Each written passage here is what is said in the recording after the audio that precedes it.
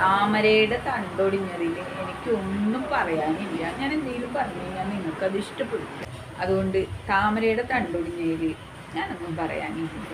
സന്ദീപ് വാര്യരുടെ പ്രത്യയശാസ്ത്രം നിങ്ങൾക്ക് ഓരോരുത്തർക്കും പരീക്ഷിക്കാവുന്നതാണ് എന്നാണ് എൻ്റെ ഒരു കുഞ്ഞു എളിയ അഭിപ്രായം.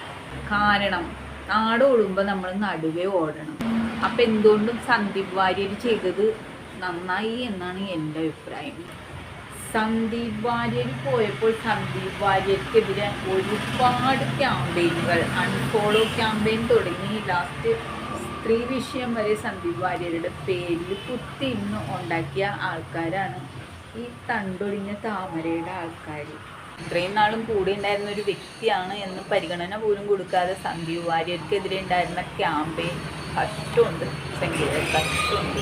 മദാമക്കുട്ടി വയനാട് കൊണ്ടുപോയി എന്നും പറഞ്ഞിട്ട് ധന്യ കരച്ചിലോട് കരിച്ച് അങ്ങനെ ഓരോ സംഘിണികളും സോഷ്യൽ മീഡിയയിൽ വന്ന് കുത്തിയിരുന്ന് കരയുകയാണ്. സുഹൃത്തുക്കളെ, കുത്തിയിരുന്ന് കരയുകയാണ്.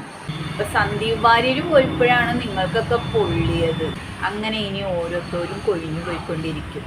ഇനി ഇവിടെ ഇരുന്ന് കേന്ദ്രത്തിൻ്റെ കാര്യവും പറഞ്ഞുകൊണ്ടിരിക്കാതെ എന്തെങ്കിലും ഉള്ള സമയത്ത് ഏതെങ്കിലും പാർട്ടിയിലേക്കൊക്കെ കാല് മാറിയിട്ട് എന്തെങ്കിലുമൊക്കെ ആകാൻ നോക്കുക. അത് തന്നെയാണ് എനിക്ക് പറയാനുള്ളത്.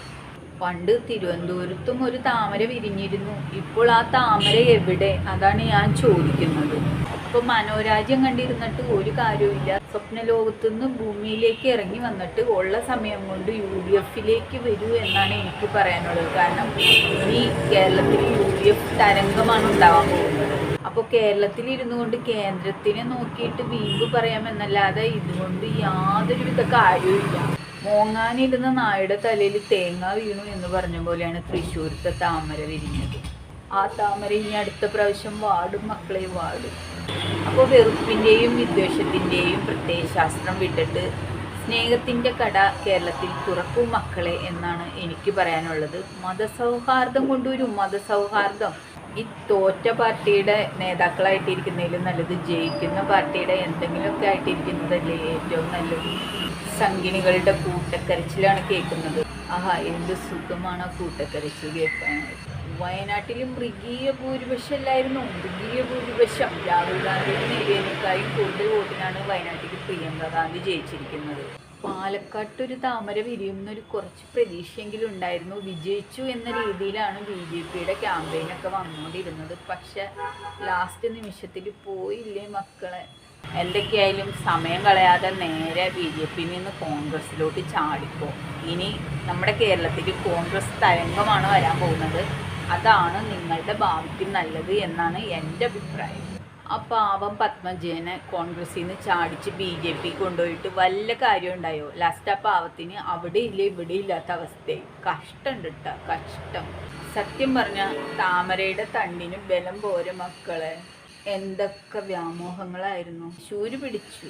അത് തൃശ്ശൂരത്തെ ജനങ്ങൾ കൊടുത്തതാണെന്ന് വയ്ക്കാം. കണ്ണൂർ വേണം, പാലക്കാട് വേണം. വ്യാമോഹം എന്നല്ലാണ്ട് എന്ത് പറയാനാണ്. അപ്പോൾ ആരും ഇനി ആലോചിച്ചിരുന്ന സമയം കളയണ്ട, നേരെ കോൺഗ്രസ്സിലോട്ട് ചാടിക്കും. അതാണ് എനിക്ക് പറയാനുള്ളത്. സത്യം പറഞ്ഞാൽ വിഷമമുണ്ട് കേസ്, വിഷമമുണ്ട്. താമരയുടെ തണ്ട് വാടിയെന്ന് കേട്ടപ്പോൾ എൻ്റെ ഉള്ളിൽ കിടുങ്ങിപ്പോയി കേസ്, കിടുങ്ങിപ്പോയി. കേരളത്തിൽ മൊത്തം താമര വിരിയുമെന്നൊക്കെ പ്രതീക്ഷിച്ചിരുന്നിട്ട് യാതൊരുവിധ കാര്യവും ഇല്ല. വിരിയാൻ പോണില്ലെന്നേ. ഇവിടെ ഇങ്ങനെ ഇടത് വലത്, ഇടത് വലത്, അതിങ്ങനെ മാറി മാറി പോയിക്കൊണ്ടിരിക്കും. അപ്പം ഇനിയെങ്കിലും ദിവാസ്വപ്നം കണ്ടിരിക്കാതെ നേരെ സന്ദീപ് വാര്യരെ പോലെ മറുകണ്ഠം ചാടാനുള്ള വഴി നോക്കൂ സുഹൃത്തുക്കളെ. അതാണ് എനിക്ക് പറയാനുള്ളത്. പോസിറ്റീവായി ചിന്തിക്കൂ, ബി പ്രാക്ടിക്കൽ.